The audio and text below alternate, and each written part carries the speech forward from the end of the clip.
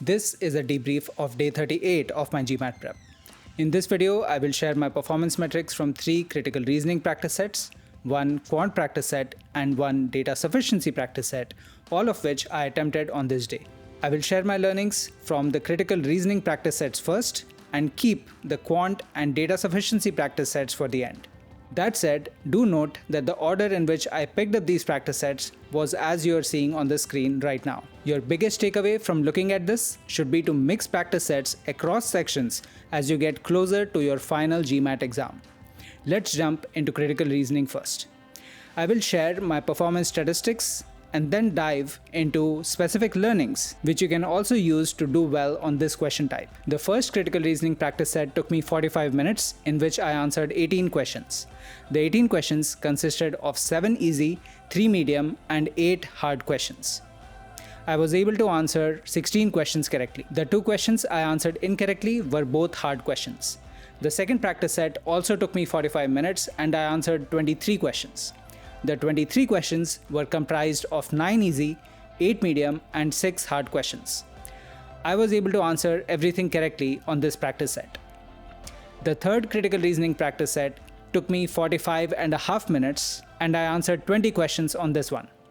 Unfortunately, because I took this practice set towards the end of the day, both my accuracy and velocity dropped on this practice set. This set consisted of 6 easy, 5 medium and 9 hard questions. Part of the reason for the accuracy and velocity drop might be the higher proportion of hard questions that I witnessed on this set. Of the 3 questions I answered incorrectly, 1 was easy and 2 were hard. Let me share some of my learnings from the mistakes I made. My first mistake was on question 11 of practice set 1. This question stated an argument and required me to identify which of the given options would undermine that argument. In some of my previous videos, I have mentioned the importance of placing greater value on first-degree relationships when it comes to answering critical reasoning questions. This question was yet another reminder of that idea, but with a very different flavor from the example I shared in the last video. Usually, when you come across undermine the argument questions, you should be looking for an answer option that offers an alternative explanation versus what the argument describes. While that approach will serve you well, questions such as the one I encountered here complicate matters by throwing in an answer option that attacks the argument in a more targeted manner, not by offering an alternate explanation, but by disproving the explanation contained in the argument. If you remind yourself of the principle that first-degree relationships must be preferred over second-degree relationships, you will quickly realize that in such circumstances, the option corresponding to the targeted attack on the argument undermines the argument much more strongly compared to another option, which simply focuses on offering an alternate explanation. My second mistake was on question 12 of this practice set. This question contained an argument with 2 bold-faced phrases and asked me to identify the role of each of those 2 phrases. What made this question particularly hard was that it was incredibly difficult to tell where the boundary of the argument's conclusion began and where it ended. The way in which this question presented the conclusion was by stating it as a hypothesis in the first few sentences of the argument. Then, in the later parts of the argument, there was a sentence on the lines of, "Clearly, we can conclude that the previous hypothesis is correct." So, looking at this argument, you need to be very clear about which of those 2 parts is the conclusion. Is it the part which states the hypothesis or the part which confirms that the hypothesis is correct? The subsequent question is, what is the content of the conclusion? Is it that the stated hypothesis is correct or is it the content of the hypothesis itself? If you're confused, well, let me share that I found this to be very trippy as well. Honestly, I'm still wrapping my head around it.